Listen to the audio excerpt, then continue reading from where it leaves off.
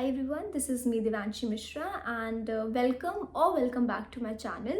So by the title it's very clear कि ये topic किसके बारे में है एंड यहाँ पे मैं टेस्ट और या फिर मॉक टेस्ट के बारे में ज़्यादा बात करने वाली हूँ. I hope you all are solving mock test and somewhere some people might be so much stress that why क्या हो रहा है कि उनकी कॉन्स्टेंटली सेम टाइप के मार्क्स आ रहे हैं. So there are some points which I really need to mention and this same problem I was also facing, so I know how to deal. Maybe video लंबी हो सकती है. इसको समझने के लिए मैं इसको 5 टॉपिक्स में डिवाइड करने वाली हूँ. The topics are how to analyse your performance, how to improve your weaknesses, how to enhance your strength. There will be test taking strategies and there will be some specific tests. Starting with how to analyze your performance. So firstly, how will you analyze your performance? After giving test, you have to see तुम्हारा गलती कहाँ कहाँ हुआ है. ठीक है, तुम्हें देखना पड़ेगा. पहले तो टेस्ट देने के बाद प्रॉपर बैठ करके उस पूरे टेस्ट का आपको एनालिसिस करना है अच्छे से. यू हैव टू सी आपकी गलतियाँ कहाँ कहाँ पे हुई है. अपनी स्ट्रेंथ और वीकनेस को देखो. क्या पता आपका फिजिक्स स्ट्रॉन्ग हो, क्या पता आपका केमिस्ट्री या फिर बायोलॉजी स्ट्रॉन्ग हो सकता है. अब उसमें भी आपको देखना होगा कि कौन सा टॉपिक आपका स्ट्रॉन्ग है, कौन सा चैप्टर आपका बहुत स्ट्रॉन्ग है. ठीक है, उसके अकॉर्डिंग आपको काम करना है. वीक टॉपिक्स को बहुत ध्यान से एक पेपर पे नोट डाउन कर लो.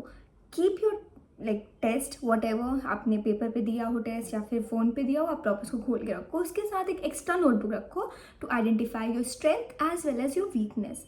After that you have to review incorrect answers. आपको देखना पड़ेगा ध्यान से कौन सा क्वेश्चन गलत हुआ है. गलत से मतलब है ये नहीं कि ठीक है ये गलत हुआ आंसर चेक कर लिया. No, you don't have to do that. You have to sit down, क्योंकि एनालिसिस में सबसे ज़्यादा टाइम मुझे लगता था एंड आई थिंक कि लगना भी चाहिए. It's okay. Incorrect answers check करो कहाँ गलती हो रही है, कॉन्सेप्चुअल मिस्टेक है या फिर क्वेश्चन गलत रीड कर लिया. Most of the time question गलत पढ़ लेते हैं, ऑप्शन सारे रीड नहीं करते. जब भी क्वेश्चन टेस्ट दो ना, सबसे पहले क्वेश्चन पूरी तरीके से रीड करो, ऑप्शन सारे पढ़ो. मे बी एक से ज़्यादा ऑप्शन करेक्ट हो, maybe both A and B correct हो, लेकिन आपने ए को रीड किया तुरंत टिक मार दिया. That is one mistake which most of the people do. So you have to sit down, you have to check कि आपने कॉन्सेप्चुअल मिस्टेक करी है या फिर आपने क्वेश्चन पूरा रीड नहीं किया या फिर कुछ और मिस्टेक भी हो सकती है. Understand concepts. May be conceptual mistake को बहुत ही ज़्यादा कॉमन ये भी है कि आपने शायद फिजिक्स में मोस्टली ये चीज़ होता है कि कॉन्सेप्ट्स क्लियर नहीं होते हैं एंड देयरफॉर मिस्टेक्स हो जाती हैं. See, focus on frequently asked topics. बहुत बार ऐसा होता है कि you know if you want to get selected you have to check कौन से क्वेश्चंस बार बार रिपीट हो रहे हैं, कौन सा ऐसा टॉपिक है जो बहुत बार आ रहा है. So you have to see that. Okay, now we'll be talking about how to improve your weaknesses. So for that you all know कि हर इंसान किसी ना किसी चीज़ में वीक होता ही है. मे बी तीनों चीज़ों में स्ट्रांग ही हो, लेकिन कोई फिजिक्स में वीक हो सकता है, कोई केमिस्ट्री में या कोई बायोलॉजी में. आप ये कर सकते हो, सुबह जस्ट उठने के बाद you have to do moderately difficult part for you और slightly normal part for you. After gaining confidence in that thing, go on a subject which is weaker for you. Like nothing is weak but yeah, you can make it strong. क्योंकि confidence आ जाएगा, फिर पढ़ने का और मन करेगा.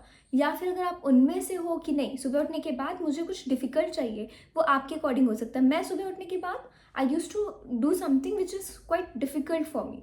मुझे bio read करने में थोड़ा डिफिकल्टी होती थी, याद चीज़ें कम होती थी. So I used to read biology in the morning or just after waking up. So you can do that as well. You have to prioritize your weakness, क्योंकि आप जिस चीज़ में ऑलरेडी स्ट्रॉन्ग हो आप उसको रिवाइज करते रहो, लेकिन जिस चीज़ में आप वीक हो उसको भी तो करना ही पड़ेगा. ऐसा तो नहीं कि आप छोड़ सकते हो. So you have to prioritise your week.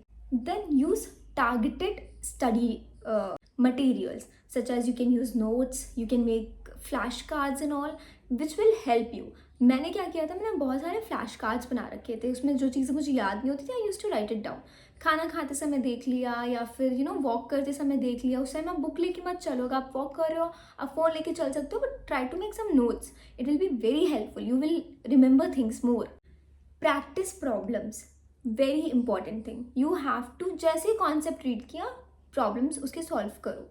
ठीक है, लाइक फिजिक्स में आपने कोई टॉपिक रीड किया, उसकी प्रॉब्लम सॉल्व करो, एंड जो हम मॉड्यूल सॉल्व करते हैं या फिर हमें बुक्स में जो क्वेश्चंस दिए होते हैं वो ईजियर टू डिफिकल्ट लेवल पे होता है। लाइक पहले ईजियर क्वेश्चंस आएंगे किसी भी टॉपिक के और फिर डिफिकल्ट क्वेश्चंस आते हैं, वही पैटर्न फॉलो करो, ठीक है।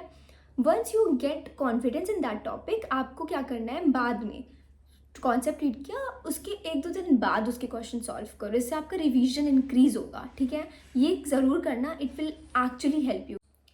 Now we will be talking about how to enhance your strength. Physics में स्ट्रेंथ हो सकती है किसी की बायो में या किसी की केमिस्ट्री में, लेकिन वो स्ट्रेंथ तभी आपकी इंप्रूव हो सकती है if you will revise those concepts and if you will solve questions. Topics को रिवाइज करते रहो, उसके साथ साथ क्वेश्चन सॉल्व करो, डिफ़िकल्ट क्वेश्चन सॉल्व करो। इससे क्या होगा, इसकी आपकी एक्यूरेसी बढ़ेगी, इससे आपके टाइम बढ़ेगा जल्दी सॉल्व करने का, टाइम कम होगा जल्दी सॉल्व करने का। सो आपको वो चीज़ ज़रूर फॉलो करनी है। सपोज मैंने क्या किया था, मुझे जब से कोई टॉपिक स्ट्रॉन्ग लगता था मेरा, I used to solve more IIT JEE level के क्वेश्चंस। हाँ, क्वेश्चंस फंसेंगे नहीं, ऐसा नहीं है कि आप बिल्कुल महान बन गए, आपको क्वेश्चंस थोड़े फंसेंगे, but you will like understand, okay इसमें ये कॉन्सेप्ट लग सकता है, बट बिकॉज टाइम कम है, no need to go to that level, but yeah you can solve difficult questions as well. There are certain difficult questions which are given in books and modules, so you have to solve. Then you have to develop some problem solving strategies. Like there are certain strategies that we all follow कि मेरे पास एक method है जो easier है, तो वो उसको देखो कि आप कैसे उस क्वेश्चन को अलग तरीके से सॉल्व कर सकते हो। क्या पता वो नया मेथड काफ़ी ईजी हो और लेस टाइम ले। तो एग्ज़ाम के टाइम पे टाइम बहुत इंपॉर्टेंट पार्ट है, so you have to do कि आपका जो ऑलरेडी स्ट्रॉन्ग है उसको और स्ट्रॉन्ग बना लो, जिससे कि टाइम बहुत कम लगे, एक्यूरेसी बढ़ जाए। Now will come on next thing which is test taking strategy. सबसे पहले टाइम दो, कितने टाइम में कौन सी चीज़ कंप्लीट हो जानी चाहिए। बायो को 1 घंटे से कम लगना चाहिए, ठीक है। अगर आपने 1 घंटे से ज़्यादा बायो दिया, प्रोबेबिलिटी है कि आपका पेपर छूट सकता है। टू ट्राई, ऐसा ट्राई करो कि आपका कम टाइम लगे बायो में, एंड ऐसा भी नहीं है कि बायो में एकदम फटाफट किए जा रहे हैं, उसकी वजह से नेगेटिव मार्क्स इंक्रीज होंगे, तो वो मिस्टेक्स अवॉइड करना। टाइम दो हर सेक्शन को, आपका जो स्ट्रॉन्ग पार्ट है वो उसको पहले कंप्लीट करो, जो वीकर पार्ट है टेस्ट के टाइम पे उसको बाद में कंप्लीट करो, ठीक है। एंड हर 5 क्वेश्चन या फिर एक पेज के बाद उसको मार्क कर लो। बबलिंग मिस्टेक्स नहीं होनी चाहिए, एल्स पूरा बच्चों के साथ ऐसा भी हो चुका है कि सारे क्वेश्चन सेल्फ फिल करने के बाद रियलाइज़ होता है कि शिट, एक अभी भी एक बबल बचा है। So you know that's very bad thing which happens with most of the people. लोग एम्स तक पहुंच सकते हैं, लेकिन उनका ये बबलिंग मिस्टेक की वजह से वो लोग नहीं जा पाते हैं। क्वेश्चन सिलेक्शन करना बहुत इंपॉर्टेंट है। कौन से क्वेश्चन ईजियर हैं उनको पहले अटेम्प्ट करो, कौन से क्वेश्चन बाद टफ है उनको बाद में अटेम्प्ट करो। सपोज कोई क्वेश्चन है वो आपको लगता है कि ईजियर है, करा तुरंत निपटा लिया, हो जाएंगे। वो जो एक होता है ना देख के क्वेश्चन होना, वो कर लो पेपर में ऊपर से, इससे बहुत हेल्प मिलेगी। लेकिन जो क्वेश्चन आपने देखे कि उनको तुरंत ही बबलिंग मत करने लगना, that will be a problem for you. अब मैं बताऊंगी आपको कि जब आप कोई क्वेश्चन रीड करते हो तो आंसर कभी कभी होता है कि यार इसका आंसर डायरेक्ट नहीं है। Try to eliminate the options, बहुत ही जल्दी क्वेश्चन सॉल्व होगा।